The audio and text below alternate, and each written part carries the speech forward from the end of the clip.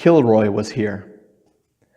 There are many versions of the legend to explain how the slogan "Kilroy was here" came to appear all over the world. The sentence started to be seen during the Second World War in places where U.S. troops were stationed, and people still write it on walls to this day, to continue the joke. It is often accompanied by the drawing of a kind of fairy tale figure looking over a wall.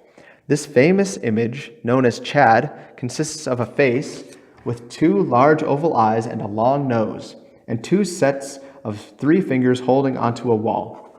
The rest is hidden by the wall itself. The best known explanation for the phenomenon is that there was a James J. Kilroy who was a ship inspector in a shipyard in Quincy, Massachusetts, USA.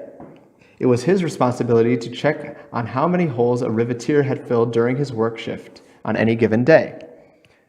To prevent double counting by dishonest riveters and to prove to his supervisor that he'd been doing his job, he began marking "Kilroy was here" inside the hulls of the ships being built.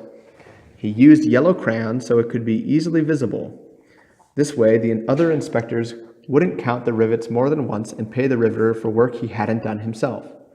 A female version of Kilroy, known as Rosie the Riveter, exists in some version of the story.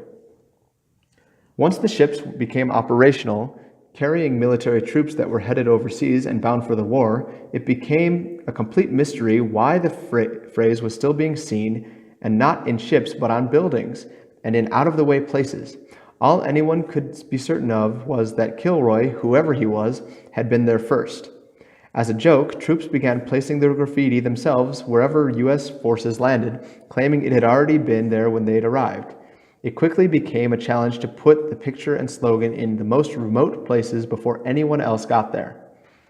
It is alleged to exist in the most unlikely places imaginable: on the top of Mount Everest in Nepal, on the torch of the Statue of Liberty in New York Harbor, on the underside of the Arc de Triomphe in Paris, and on Marco Polo Bridge in China, on huts in Polynesia, and even scrawled in the dust on the moon.